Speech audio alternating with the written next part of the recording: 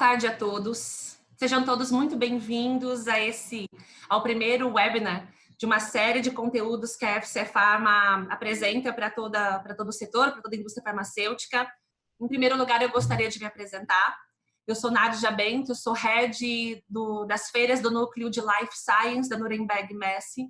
Sou responsável pelas FCEs Pharma, FCE Cosmetic, Química e Analítica. Gostaria de, em primeiro lugar, então, dar boas-vindas a todos vocês que estão presentes aí no bate-papo de hoje. Gostaria de falar um pouquinho do propósito das FCEs com relação aos webinars que serão apresentados. O nosso intuito é o de apoiar e aproximar as indústrias. Então, nós buscamos, por meio de diversas pesquisas, que possam auxiliar o mercado a se inspirar, se apoiar e encontrar soluções, sejam elas de gestão, sejam elas soluções técnicas, para que todos nós possamos passar juntos por esse período tão novo para todos nós. Hoje nós vamos falar sobre os impactos do coronavírus na indústria farmacêutica, né? Tentar ter uma visão de impactos, mas também um olhar sobre oportunidades que esse novo momento surgiu para fomentar a indústria farmacêutica. Eu quero falar um pouquinho rapidamente para vocês de como é que vai funcionar a dinâmica de hoje. Nós temos hoje aqui 3 convidados, 3 feras do mercado, conhecidíssimos por todos vocês. Aproveito a oportunidade para agradecer a gentileza de cada um deles de poder dividir esse palco aqui conosco nesse debate. Não tenho dúvidas que será super interessante. Cada um deles terá uma fala de 15 minutos. No fim das falas dos nossos 3 convidados, abriremos para perguntas. Se vocês olharem, tem um botão abaixo da tela de vocês para o chat. Todo e qualquer momento, durante as apresentações, vocês podem fazer as suas perguntas. Elas vão ficar disponíveis no chat e no final das apresentações, todas essas perguntas serão respondidas, respeitando o horário de término do evento das 18 horas. Então, eu gostaria de... mais um ponto, perdão. Todo esse conteúdo ele está sendo gravado e ele será disponível para todos vocês. Todos vocês receberão um link, um e-mail amanhã, a partir de amanhã, com um link para acessar o conteúdo na íntegra. Esse link pode ser compartilhado com qualquer pessoa e eles também estarão disponíveis nas nossas plataformas de comunicação, tanto no site da FCE Pharma, quanto nas nossas mídias sociais e no nosso blog de conteúdos, que é o blog Talk Science. Então, fiquem à vontade, sigam as nossas redes sociais. Toda semana tem um conteúdo novo para vocês e essa jornada estará disponível em nossas mídias sociais. Então, eu vou começar o nosso bate-papo de hoje convidando o nosso querido Fábio Bussinger. Fábio, ele é hoje CEO da IFGO. Gostaria de apresentar um pouco melhor o Fábio para vocês. O Fábio ele é farmacêutico industrial. Ele atuou como executivo de operações farmacêuticas por mais de 20 anos em grandes empresas nacionais e multinacionais. Ele é hoje sócio-diretor do IFGO, membro do Instituto Brasileiro de Governança Corporativa, o IBGC, e com diversos certificados internacionais, dentre eles a Kellogg Business School e o Harvard Business School. Fábio, muito obrigada pela tua presença. Muito obrigada por estar aqui hoje nesse palco, né, nessa forma nova, né, de nos comunicarmos com o setor. Fábio, fala um pouco para a gente. Covid-19, da tua experiência, do teu contato com a indústria, você que tem um olhar super bacana, né, sobre o todo dentro da indústria farmacêutica. Qual que é a tua visão? Divide um pouquinho com a gente. Bem, primeiro, boa tarde a todos. Obrigado você, Nádia, pela introdução e parabenizar a iniciativa de vocês para esse bate-papo, que nesse momento é extremamente relevante para todo mundo que atua no setor farmacêutico. Enfim, eu tenho conversado bastante nas últimas 2, 3 semanas com pessoas do setor, tentando entender a dinâmica sobre vários aspectos. Então, o meu objetivo hoje aqui, eu vou estar falando um pouco de como que eu estou vendo a questão de demanda de mercado, como que a demanda está flutuando no curto prazo e as perspectivas de demanda para o médio e longo prazo. Falar um pouco dos gargalos e impactos em custos que nós estamos observando e debatendo com diretores de operações, de supply, das diferentes empresas e, no final, falar um pouco das oportunidades que a gente enxerga do pós-crise. É uma crise que realmente ninguém esperava, é uma novidade para todo mundo e a gente também está observando algumas oportunidades de pós-crise. Então, começando a falar sobre demanda, antes da gente falar da demanda atual e os impactos, é importante a gente falar um pouco do que estava acontecendo no mercado farmacêutico pré-coronavírus. Eu atuo analisando produtividade e eficiência operacional das empresas no meu painel de benchmark e eu recebo as informações de volume de produção de uma grande parcela das empresas que atuam no Brasil. E a gente já estava observando uma estabilidade em unidades no mercado farmacêutico, total, mercado canal farmácia. Então, isso já era um histórico e ele era visto por várias fontes diferentes de dados. E a gente estava tendo uma concentração de volumes em grandes players, ou seja, o volume total não se modificava ou crescia muito pouco, as grandes empresas estavam ganhando market share pouco a pouco. O que acontece agora, nesse momento, em relação à demanda? Nas últimas 2 semanas, houve um forte aumento de vendas nos canais de drogaria, tá? Mas todo mundo entende que isso não é um aumento de demanda real. É um aumento de vendas pontual, muito em função do que a gente está chamando de estoque do medo. As pessoas, principalmente quem tem doenças crônicas, elas estão indo à farmácia para garantir medicamento para os próximos meses, caso haja um prolongamento desses problemas todos relacionados ao coronavírus. E o que nós enxergamos do pós-coronavírus? Como a gente não vai ter um aumento real de demanda, as pessoas estão antecipando compras. Que isso, no segundo momento do pós-corona, isso vai ter um impacto em vendas e na demanda, no fluxo de venda no canal Farma. Associado a isso, sem dúvida, a gente vai ter um aumento de desemprego, uma queda de renda média da população em função das reduções de salário e tudo isso, e um aumento do déficit fiscal do governo. Isso é gasto público que, em algum momento, isso vai ter que ser pago, essa conta vai ter que ser paga. Só para a gente ter uma magnitude de valores, o ministro da Economia, o Paulo Guedes, ele está falando que vai injetar na economia em torno de 750 bilhões de reais num período de 4 meses. Toda a economia prevista na reforma da Previdência para 10 anos era de 850 a 900 bilhões de reais. Imagina um impacto disso no longo prazo. Porém, o setor farmacêutico, historicamente, ele tem uma performance durante as crises muito melhor do que praticamente todos os outros setores da economia.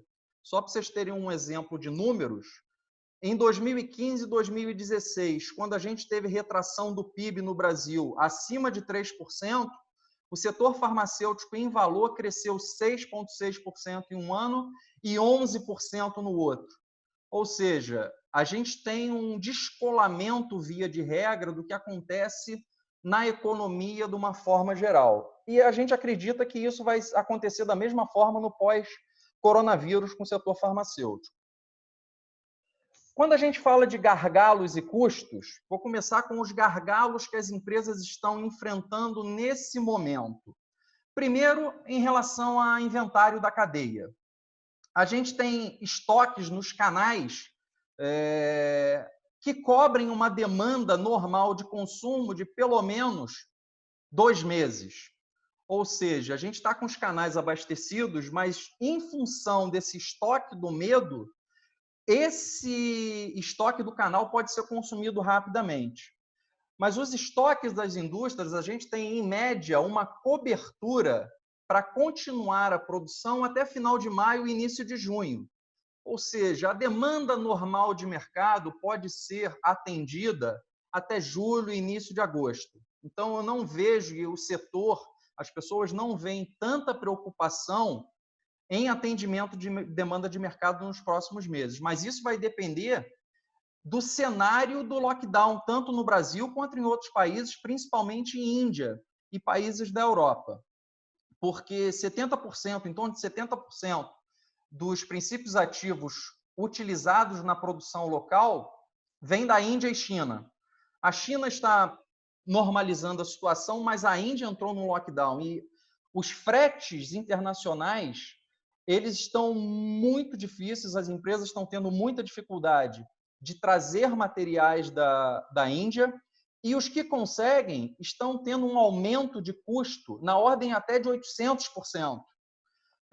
Então, isso pode ter um impacto significativo, mas até o próprio governo já está ciente disso e pode haver algumas ações de mitigação, como, por exemplo, o que tem se discutido é fretamento de voos por parte do governo para se buscar matéria-prima do setor farmacêutico nesses países estratégicos.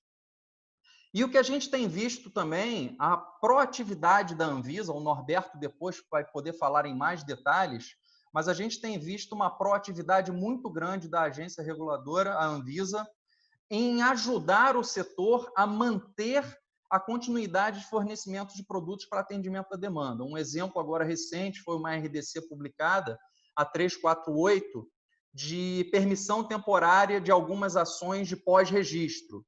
E isso impacta positivamente, por exemplo, na utilização de fornecedores alternativos de princípios ativos. Você sabe que na regulamentação brasileira, para você trocar o fornecimento de um princípio ativo, você tem que ter a anuência da Anvisa. E ela, com essa RDC, ela está flexibilizando, desde que atendido, alguns requisitos de qualidade mínimos. A gente tem também uma potencial redução da força de trabalho nas próximas semanas, dependendo do nível de contaminação das pessoas. Então, esses praticamente são os gargalos envolvidos. Falando em termos de custo, a gente está tendo um impacto muito grande nos custos da indústria farmacêutica agora no curto prazo. Muito atrelado à taxa de câmbio. A taxa de câmbio a 5,20, como ele está hoje, impacta muito o custo de materiais e as despesas indiretas atreladas à taxa de câmbio. A parte de imposto de importação, o custo de armazenagem alfandegária, isso é tudo calculado com base na taxa de câmbio do dia. Associado a isso, a gente teve o controle de preços do governo postergado por 60 dias e o aumento histórico da concorrência de mercado. Então, a indústria está tendo um aumento significativo de preço nesse momento, e, por outro lado, não está tendo condições de repassar esse aumento de custo. Isso impacta diretamente na margem. Algumas empresas médias, pequenas, e empresas de genérico, nesse momento, até estão operando, em alguns casos, com margem negativa. Mas a gente acredita que, passada essa crise, a situação do câmbio tende a melhorar e as empresas vão buscar eficiência. Tá? Eu acho que um fator de competitividade que vai ficar daqui para frente no mercado é a gestão de eficiência e produtividade operacional das empresas. Não só do ponto de vista de processos, mas gestão de materiais, inventário, vai ser um fator crucial de competitividade daqui para frente. Eu queria me focar agora em termos de foco e oportunidades do pós-coronavírus. Acho que todo mundo vai aprender muita coisa com essa crise e os negócios e a forma como a gente vai encarar a nossa gestão vai ser completamente diferente. Tá? O que eu tenho observado é que as empresas que estão menos preocupadas são as empresas que estão investindo já historicamente, dos últimos 3, 4 anos, em aumentar a eficiência e produtividade operacional, ou seja, melhorar os seus custos, controlar seus custos, ser mais produtivo e ter uma eficiência de competitividade operacional real no mercado. Sem dúvida nenhuma, essas empresas vão sair da crise mais competitivas do que elas entraram. E uma grande oportunidade que todo mundo está debatendo nesse momento, está ficando muito claro, é a oportunidade da gente ter rede operacional financeiro. nas empresas. O que é isso? É a gente aumentar o nível de exportação do setor farmacêutico. As empresas que operam aqui terem um foco muito grande em se exportar. Com a taxa de câmbio a 5,20, o nosso preço em dólar para exportação se torna muito mais competitivo. E segundo um relatório da OMS, de 2 anos atrás, esse dado é de 2 anos atrás, o Brasil representa, em termos de exportação global do mercado farmacêutico, apenas 0,3% de tudo que se exporta no mundo. O otimista vê esse número e enxerga o seguinte: eu tenho 99,7% do mercado lá fora me aguardando. E as empresas brasileiras vão ter que começar a olhar para a exportação com muito mais foco que elas enxergaram até agora. Outra oportunidade é entrar de cabeça na utilização de novas tecnologias para aumento de eficiência e produtividade. E de várias formas, tá? A indústria farmacêutica não utiliza tanto a inovação para gestão. A gente tem muita inovação em produtos, mas não temos tanta aplicação de tecnologia para gestão do negócio.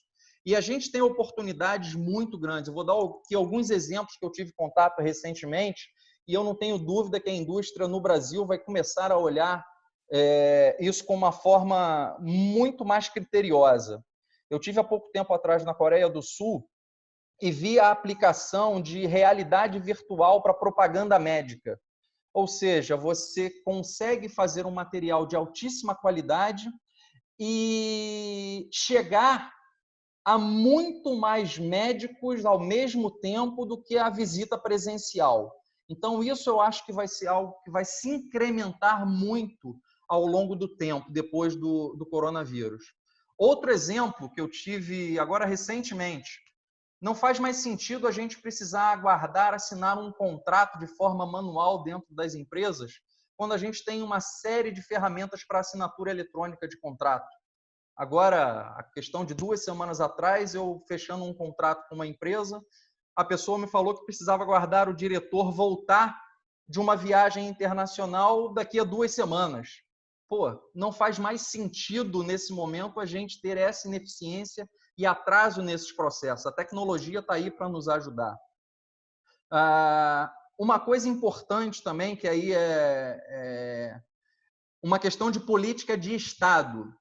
A gente vai ter que repensar muito do ponto de vista de gestão de risco do setor farmacêutico a nossa alta dependência externa de farmoquímicos no Brasil.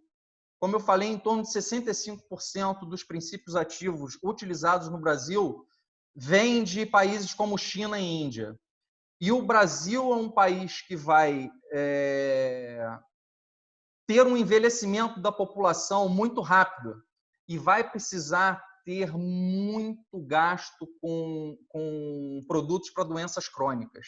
Então, isso é algo que a gente enxerga, e eu conversando com as pessoas do mercado, nós enxergamos que é algo estratégico para o Estado brasileiro repensar toda essa questão de sourcing de indústria farmoquímica. Então, era basicamente isso que eu queria resumir aí nesses meus 15 minutos. Fábio, muito obrigada pela tua colaboração, muito completa a tua visão, faz total sentido. Agradeço imensamente a tua participação. Estão chegando perguntas no chat. Podem compartilhar suas perguntas conosco aqui usando o chat. No final da nossa apresentação, eu trago essas perguntas aí para os nossos palestrantes para que eles possam, enfim, respondê-las. Convido agora nosso querido Norberto Prestes. Norberto, apresento quem não conhece ainda o Norberto, falar um pouquinho sobre essa trajetória dele. Norberto, ele é administrador de empresas pela USP, mestre em redes interorganizacionais também pela USP. Por mais de 10 anos, ele atuou com inovação e empreendedorismo nesse setor, foi gerente da incubadora Supera da USP, tendo atuado em projetos em mais de 10 países. Norberto atualmente é presidente executivo da Biquife, se junta a nós aí para trazer um pouquinho da sua perspectiva de mercado. O Norberto e aí que tem uma visão muito bacana dentro dos projetos, das ações da Anvisa, do governo. Norberto, muito bem-vindo, a fala é sua, prazer. Que responsabilidade, hein? Boa tarde, gente. Nádia, muito obrigado pela apresentação. Nuremberg, parabéns pela iniciativa e obrigado pelos parceiros aí que estão dividindo essa discussão comigo, o Fábio, o Lorenzo, profissionais extremamente competentes e que respeito muito. É um prazer dividir essa mesa e essa discussão com todos vocês. Bom, como talvez a maioria saiba, a ABQIF é a Associação Brasileira da Indústria de Insumos Farmacêuticos. Hoje nós temos associados 36 empresas. Eu estou fazendo essa introdução apenas para... O Fábio já deu alguns insights, algumas informações que eu vou utilizar na minha fala. Nós temos, segundo a Anvisa, em 2018, você está vendo o tamanho, a dimensão, talvez, da problemática ou das oportunidades que nós teremos pós-pandemia, né? Nós temos que refletir. Em 2018, a Anvisa publicou uma lista de 36 empresas que fabricam insumos ou incipientes no Brasil. São as empresas que possuem BPF, né? Boas práticas de fabricação. Dessas empresas, 20 são associadas à ABQIF, que produzem insumos aqui no Brasil. Esses insumos, na sua maioria, são moléculas simples, não moléculas complexas, né? A indústria brasileira vem sofrendo de insumos farmacêuticos, ela vem sofrendo uma pressão muito grande das concorrentes internacionais, especialmente, como o Fábio já mencionou anteriormente, da China e da Índia, é muito grande, porque a Anvisa exige dos fabricantes nacionais uma série de rigor que é super importante e a gente acaba perdendo alguns pontos em relação a preço, enfim, e outros quesitos dos importados. Com isso, ao longo dos 10 últimos anos, a indústria de insumos farmacêuticos nacionais, os fabricantes nacionais, perderam um pouco o fôlego, né, e a força, porque não tinha como reinvestir, o competidor chinês ou indiano são fortes nesse quesito, a gente acabou perdendo bastante cliente, a gente está retomando nesses últimos 4 anos, assim, com muito sacrifício. Bom, a pandemia se instaurou e aí vieram os grandes problemas que o Fábio mencionou anteriormente aos senhores e senhoras, né? Até o ministro da Saúde, o Mandetta, mencionou ontem uma reportagem que nós temos tecnologia para fazer o medicamento, mas falta insumo, né? E aí está vindo o estalo e a responsabilidade de se pensar seriamente em políticas públicas que garantam um pouco essa autonomia do Brasil, né? Porque assim nós temos 250 milhões de brasileiros numa situação socioeconômica atípica, diferente de muitos países, numa disposição geográfica única, né? Também em relação a vários outros países, uma responsabilidade enorme, porque tem um sistema único de saúde, e como agora administrar, em meio a essa pandemia, a dependência externa de insumo para medicamentos extremamente essenciais. Nós estamos falando de medicamentos que estão na lista do governo do Ministério da Saúde, que são listas que estão diretamente relacionadas com o tratamento do coronavírus, do Corona-19, do Covid-19, o Corona-19, já estou surtando com tanta informação, mas do Covid-19, mas nós já estamos acompanhando e o problema, na verdade, pode vir ou está a caminho de outros tipos de medicamento que tratam doenças crônicas, né? Como diabetes, hipertensão, os antirretrovirais, entre outras substâncias e medicamentos, né? Então, esse grupo de empresas que eu disse a vocês, instaladas hoje no Brasil, elas correspondem a apenas 5% do que é consumido de insumo pelas farmacêuticas nacionais. Uma outra parte é vinda pelos importadores de insumo, mas geralmente são distribuídas para os fabricantes, para as farmácias de manipulação. A Brifar é uma responsável por isso, né, a associação. E as empresas de medicamento no Brasil, geralmente, elas compram direto dos fornecedores, chineses e indianos. 30% chinês e 30% indiano, que essa é mais ou menos a declaração que eles fazem na Receita Federal da origem desse insumo, né? E uma parte ela vem da Europa. E pasmem, uma parte significativa, o Lourenço está aqui depois para até confirmar, uma parte importante vem da Itália. E olha o que nós estamos vivendo hoje na Itália. Então, a gente está vivendo um momento de extrema fragilidade, né? E que vai abrir oportunidades que a gente já vem falando há muito tempo, mas a gente sair de uma zona de conforto e avaliar o que é possível fazer daqui para frente, né? Quais são as oportunidades para ver se nós conseguimos colocar esse ovo em pé e não nos tornar independente, porque não há essa possibilidade. Nós não temos uma indústria de química fina no Brasil, que é de onde vem a origem do material de partida, da matéria-prima, para se fazer o insumo farmacêutico. Nós ainda continuaremos a dependência de suppliers, né, de fornecedores internacionais, mas isso precisa ser equilibrado, né? Como é que nós vamos equilibrar? E a discussão, acho que é válida hoje, né, e daqui para frente, em meio à pandemia e pós-pandemia, para os próximos 5 anos, é de como nós podemos estruturar isso, né? Na minha visão, acho que como já perceberam pelo meu currículo, eu sou um adepto ou um fã, na verdade, do investimento em inovação, né? O Brasil teve um momento em que ele fez isso, nós tivemos bons resultados, mas o valor foi pífio em relação ao que outros países como Estados Unidos, Japão, vários da Europa, Coreia do Sul, investem em inovação. É fato já, e todo mundo já está percebendo, inclusive pelos noticiários, não sou eu que estou dizendo, que a inovação vem da universidade, vem do centro de pesquisa. A interação universidade-empresa para desenvolvimento de tecnologias é fundamental nesse processo de agora pós-Covid.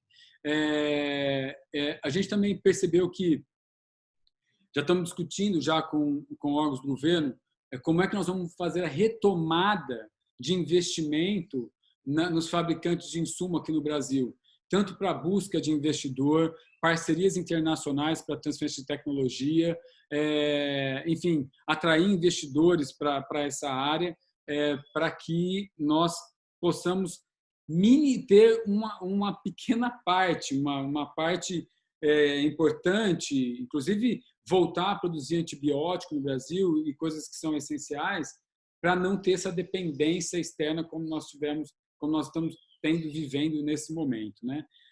Então, retomar esse diálogo com o governo para instituir políticas para financiamento e melhoria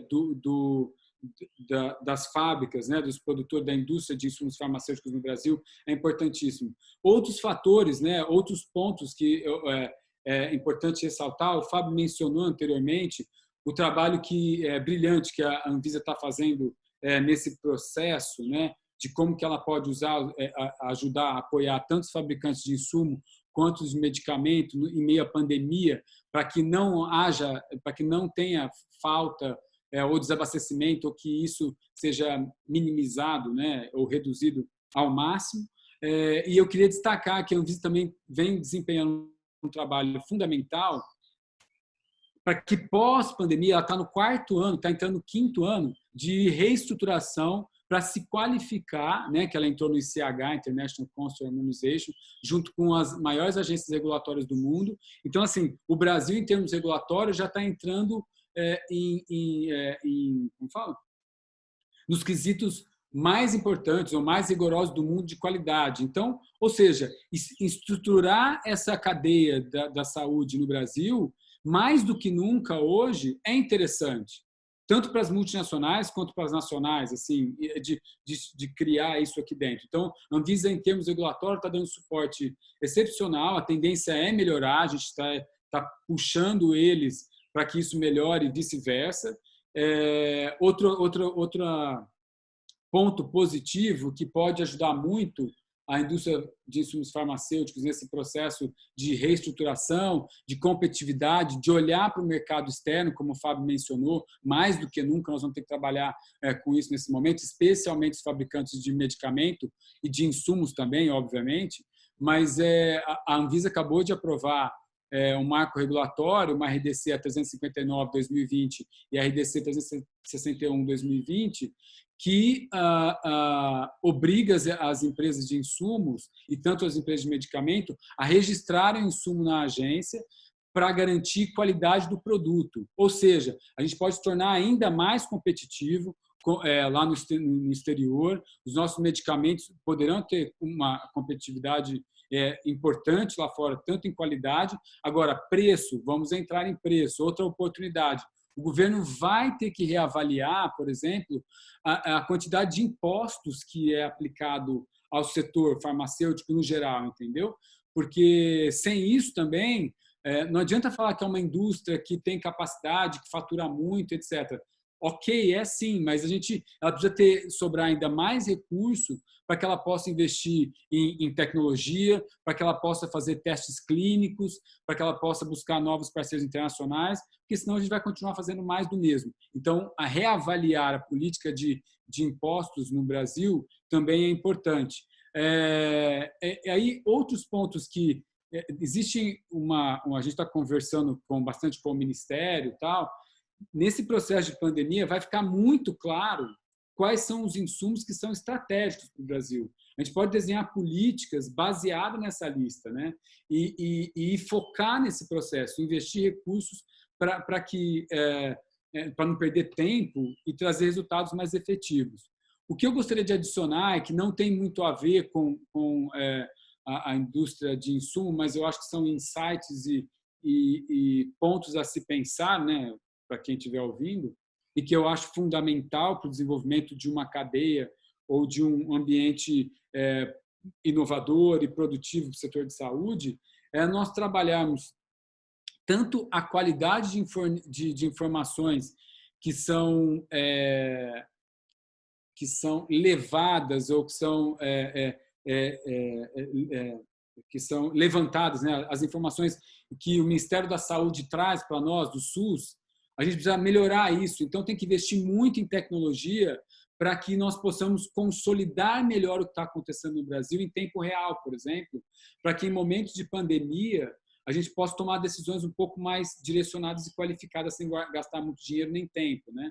E essas informações também, elas são importantíssimas para nortear e direcionar a indústria, tanto nacional ou atração de indústrias para o Brasil, para saber quais são exatamente as prioridades, né? Que tipo de medicamento, de insumo que nós devemos investir aqui no Brasil. Qual é a real mesmo? Qual o tipo de problema de saúde pública que nós temos aqui? Isso é uma discussão que já vem vindo no Ministério da Saúde desde 2011, são os prontuários eletrônicos. Eu acho que a gente deveria retomar esse tipo de conversa, como é que isso vai se alinhar com o setor privado. De novo, o Brasil é um país peculiar em vários aspectos, inclusive o do sistema de saúde. Então, a gente precisa de buscar informações relevantes e que direcionem o investimento nessa área de saúde.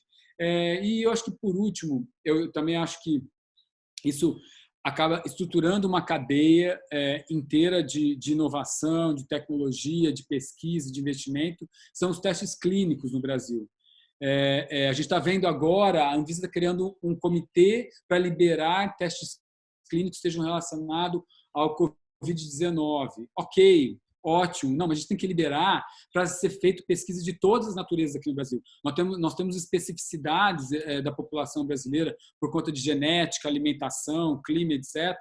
E o Brasil é um país potencial para atrair muito investimento nesse setor, e esse setor ele compõe uma cadeia inteira. Então, o hospital, o cara que vai trabalhar, o médico, o farmacêutico, o enfermeiro, a gente começa a criar uma rede de inovação importantíssima que ela vai reverberar positivamente para os fabricantes de medicamentos, para os de insumo, para os pesquisadores, etc. Então, eu acho que a gente tem que prestar atenção nessa cadeia aqui. Deixa eu ver meu tempo, falta 1 minuto. Então, para fechar, eu queria só dizer que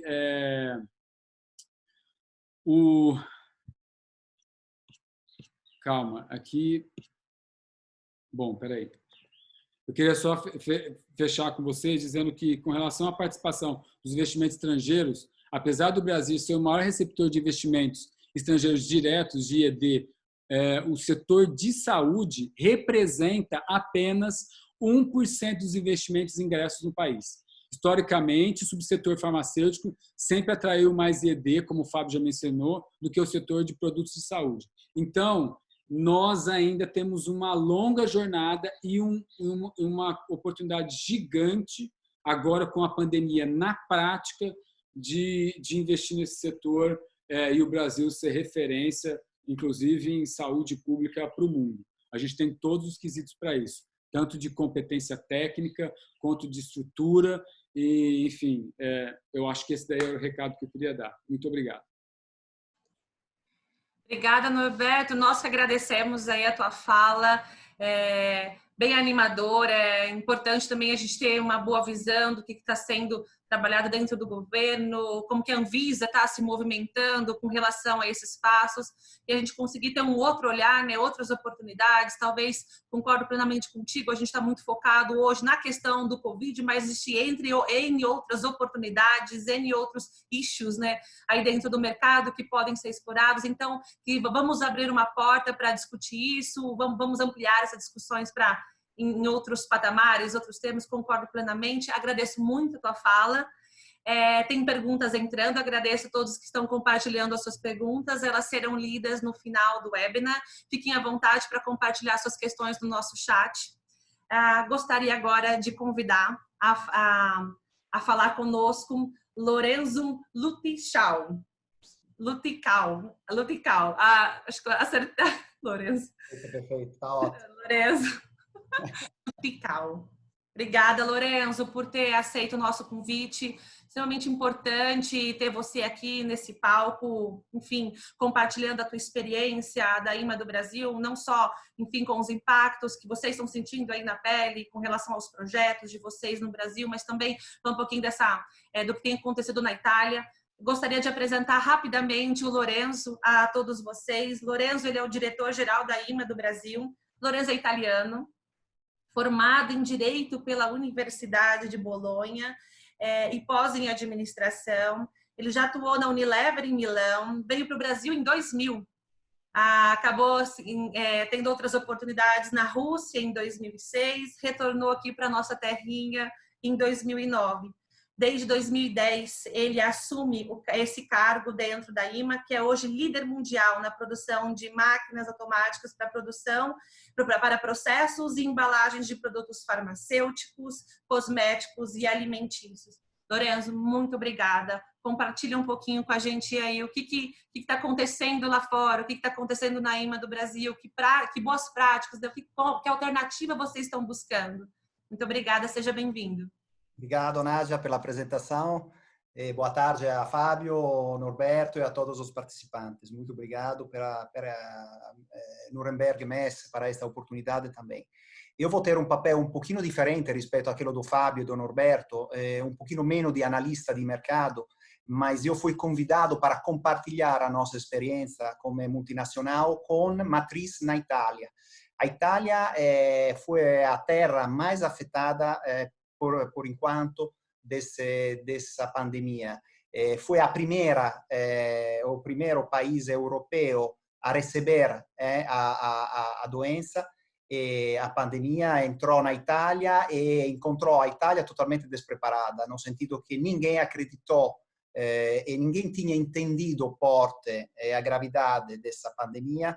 Então, os números das últimas semanas demonstraram o boletim de guerra que cada dia chegava nos noticiários de uma média de 900.000 mortos por dia nos últimos dias, nas últimas semanas. Então, foi realmente um impacto muito forte, porque as empresas não estavam preparadas para isso. E esta é uma mensagem para avisar também as autoridades aqui no Brasil se estão mexendo, porque a única fórmula que funcionou, que teve uma eficácia, foi o isolamento social. O isolamento social, da um lado, a nível econômico, comporta um grosso sacrifício para as empresas, mas foi demonstrado que a única solução para conter a epidemia foi essa. Na Itália, não foi entendido no começo, era a primeira, então a experiência italiana serviu para muitos países, como para o Brasil, para adiantar um pouco as precauções para evitar um desastre come aquilo que aconteceu na Itália. A IMA é um grupo italiano que tem base na Emília-Romagna. A Emília-Romagna foi a segunda região mais afetada pelo coronavírus na Itália, só seguida atrás da Lombardia. Então, esta região, que é um polo de excelência da mecânica de alta precisão, nós temos empresas ao lado, que é a Ferrari, a Ducati, a Lamborghini. Então, imagina o Porsche. Realmente ficou estremamente impactado pela entrada deste vírus.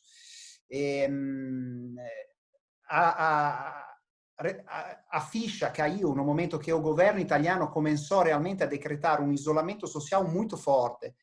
O impacto principal foi no 21 de março, quando o primeiro-ministro declarou o fechamento de todas as empresas. Agora, a IMA é privilegiada, porque a IMA faz parte daquela cadeia de suprimento farmacêutico e da cadeia de suprimento alimentício. Então, dois setores que realmente stanno soffrendo muito menos a crise que impacta, por exemplo, in un settore come companhias aéreas, tutto o settore do lazer, restaurantes, hotéis, setores que stanno absolutamente parados.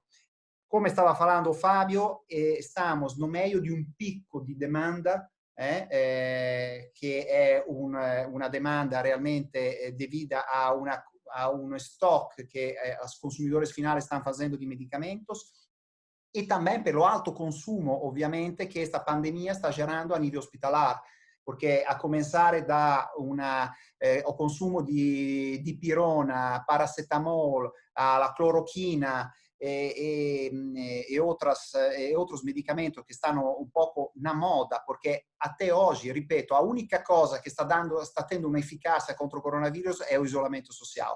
O resto sono paliativos che stanno sendo feito. Mas nós, como IMA, tivemos o melhor março, por exemplo, a nível de venda de peças de reposição e formatos. Temos solicitações de oferta para máquina para ser entregue em 3, 4 meses. Então, o setor farmacêutico é ativo, é totalmente ativo porque tem demanda. É uma demanda, assim, um pouco uma bolha, que depois vai a se reduzir, mas está fazendo girar o setor. IMA, ovviamente, si incontrò in una situação di ter que reagir, tendo demanda, tinha que solucionar o problema do isolamento social, porque nós temos técnicos que visitam os clientes para fazer instalações, para fazer revamping, para dar suporte ao cliente. Nós temos mais de 1000 máquinas, mais ou menos, instaladas no Brasil. Aqui temos 18 técnicos mecatrônicos na nossa estrutura, ed è claro que priorizamos a segurança e a saúde dos nossos funcionários. Então, nesse contexto, o que fazer? Aquilo que a IMA começou a fazer é aproveitar da tecnologia, da indústria 4.0, já lançada no 2017 na Interpack, depois reapresentada no 2018 na Chema. Quem visitou o stand lembra daquela parte central do stand, onde tinha todos os novos produtos da IMA Digital, chamada assim, esta IMA Digital, esta plataforma de produtos tecnológicos que nós estamos utilizando fortemente hoje para manter os cronogramas de entregas e manter o suporte técnico a todos os nossos clientes. Então, a IMA, com um staff ovviamente reduzido, porque nas fábricas italianas tive que diminuir o número de funcionários para não deixar muita gente por metro quadrado, claramente, para o problema do coronavírus. Estamos utilizando e desenvolvendo. O coronavírus acelerou todo esse processo de desenvolvimento destes produtos tecnológicos para manter o serviço ao mercado. Temos uma enorme responsabilidade. Nós temos somente aqui no Brasil, sem pensar no resto do mundo, clientes que são os maiores produtores de vacinas. Temos clientes que estão produzindo oncológico, antibióticos. Não podemos deixar na mão eles. Então, temos recebido até uma comunicação semanal da parte do nosso CEO, comunicando para todos os funcionários, os 6.000 funcionários da IMA, come atuar nesta fase e para os nossos clientes a mensagem que a IMA está funcionando. Obviamente temos um staff reduzido, mas com a ajuda da tecnologia estamos dando conta dos nossos cronogramas. Os principais produtos que nós estamos utilizando de tecnologia hoje, por exemplo, sono FAT remoto em streaming. Em streaming é para falar em tempo real. Então, nós temos a equipe do cliente na frente de um monitor, olhando para uma câmera que é na IMA, com a máquina na frente, um equipamento chamado Buddy. Tem um vídeo que estava girando no LinkedIn interessante, que é praticamente um assistente digital que tem lá toda a documentação relativa àquela máquina para evitar também internamente a movimentação das pessoas dentro da IMA. Então, é uma ponte virtual entre produção e departamento técnico. Aí você encontra toda a documentação, esquema elétrico, esquema de pneumático e tudo aquilo que vai precisar. E estão sendo feitos FAT, que seriam os Factory Acceptance Test da máquina para manter exatamente esse cronograma. Temos também FAT não em streaming, mas em remoto, que praticamente são vídeos gravados com todo o FAT, repassado para o cliente analisa, organiza uma conference call para discutir e aprovar o FAT.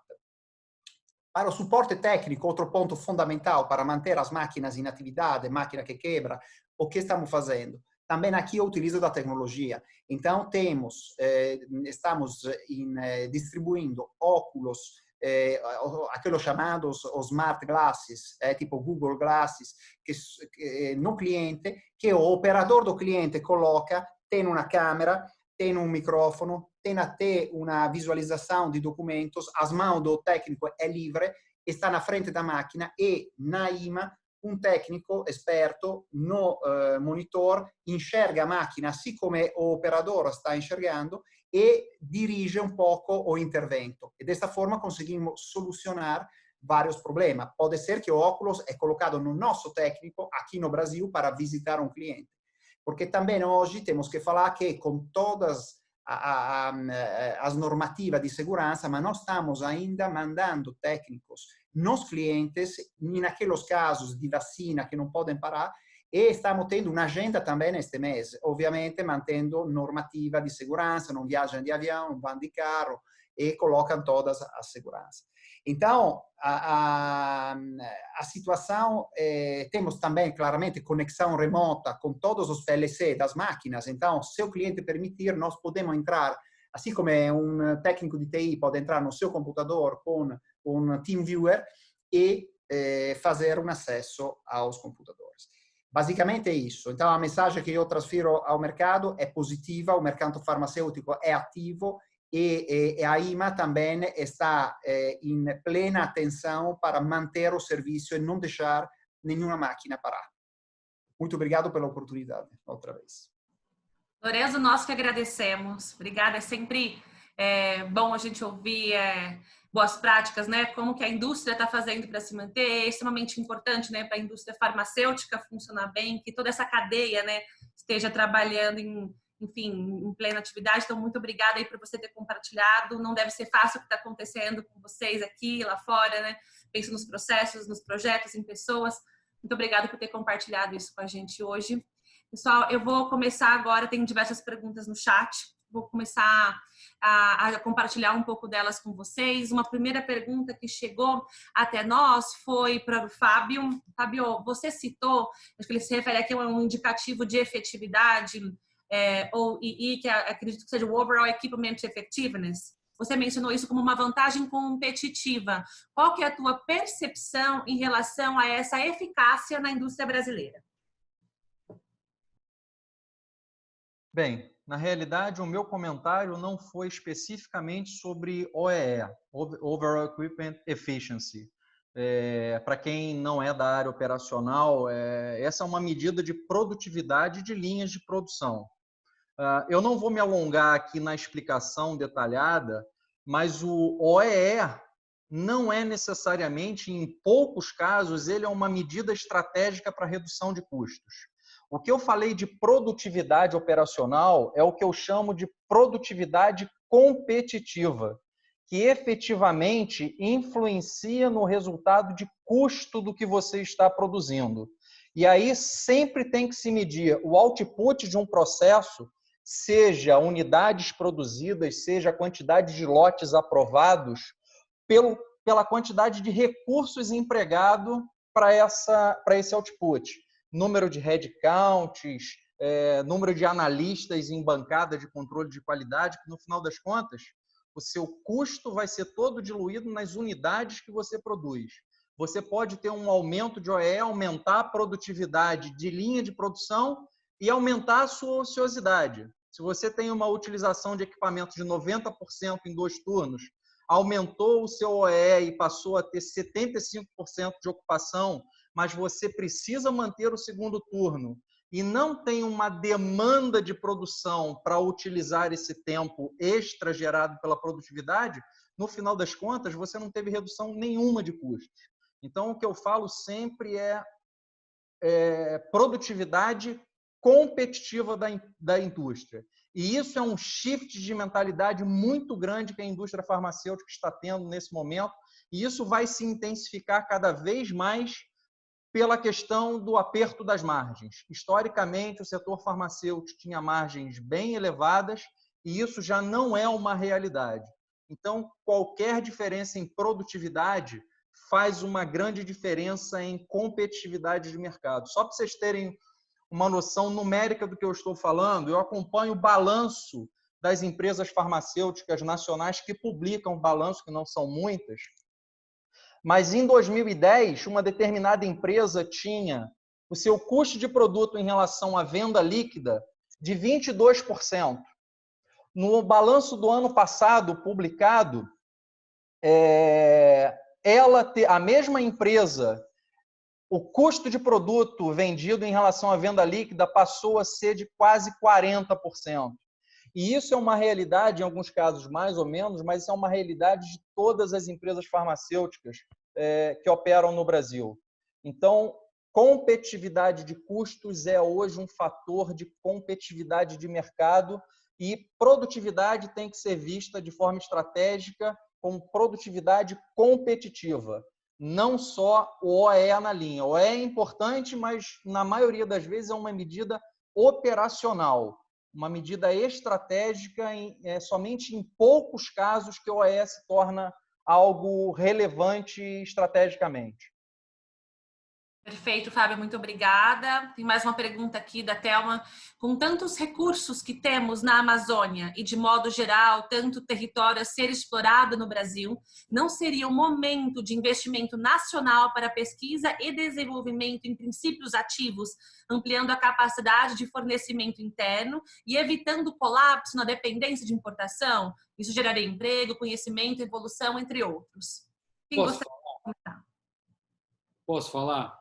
Por favor. Nossa, Thelma, muito obrigado por ter trazido essa temática aqui.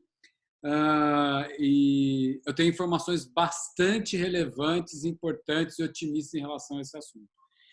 O ano passado, nós fizemos uma publicação internacional e nós participamos de uma feira, que é a Bioconvention, a maior feira de biotecnologia do mundo, que acontece nos Estados Unidos. E levamos sempre um grupo de empresários do governo para participar dessa feira.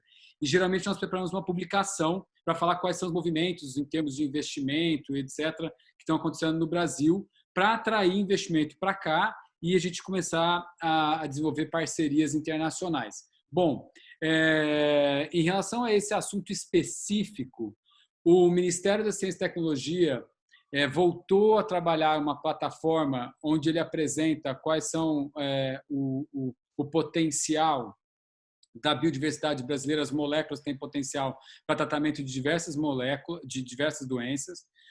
Tem uma startup, ela chama Fitobios, que fica em Campinas. Agora já não é startup, ela já está crescendo, tal, etc.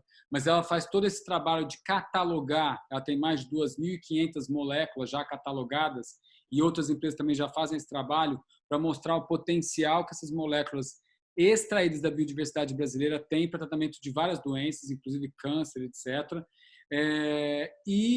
Nós temos o acelerador de partícula, que é localizado em Campinas, de investimento público, que simplesmente é o melhor e mais potente acelerador de partícula do mundo. Nele, nós estamos conseguindo já identificar quais são as moléculas que têm mais potencial de tratamento de determinadas enfermidades. E isso daí, só o ano passado, gerou mais de 45 milhões de dólares em atração de investimento para descobrir novas moléculas para tratamento de doença. O Brasil tem potencial, sim. A Anvisa está trabalhando já debruçado nesse assunto há um tempo. Existe um comitê que avalia isso, porque pertence à flora brasileira, né? Então, precisa seguir vários procedimentos, mas o regulatório já está muito melhor para explorar a biodiversidade. Já tem empresas farmacêuticas importantes investindo nesse processo. Sim, é um caminho importante e que deve ser trilhado.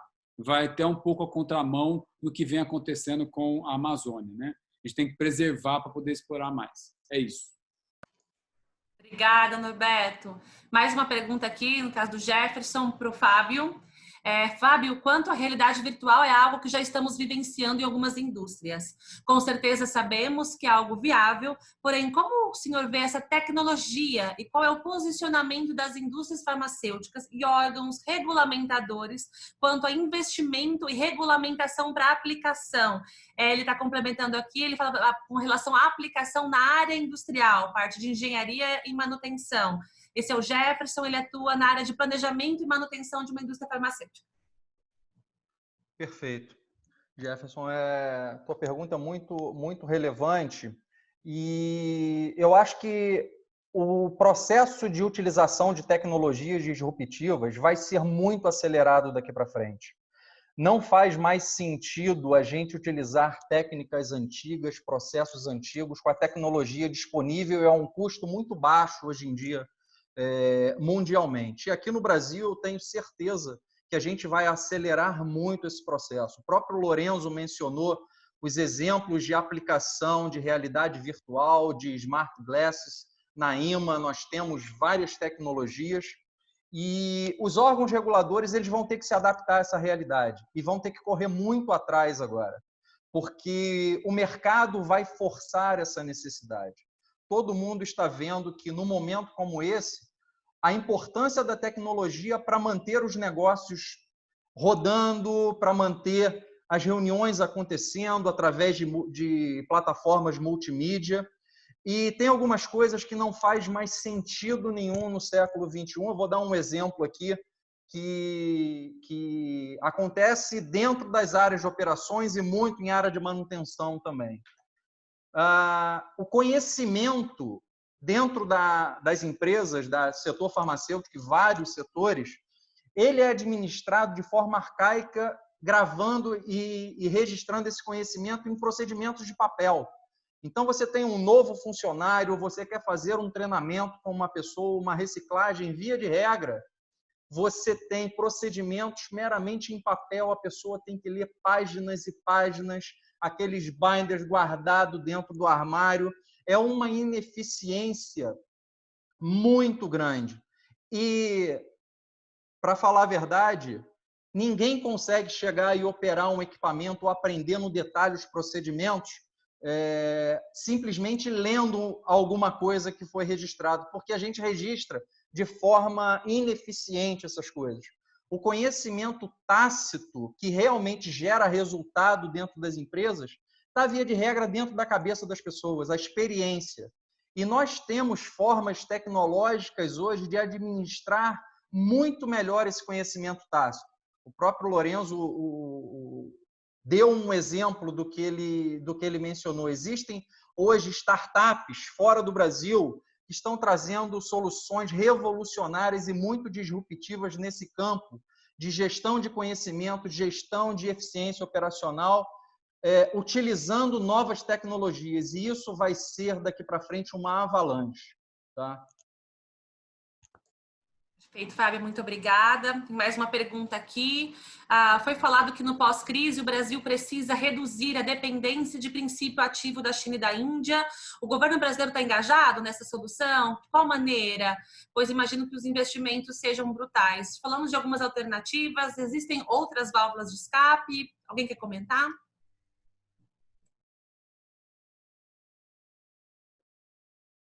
Bem, eu acho que o Norberto já tocou bastante nesse tema aí.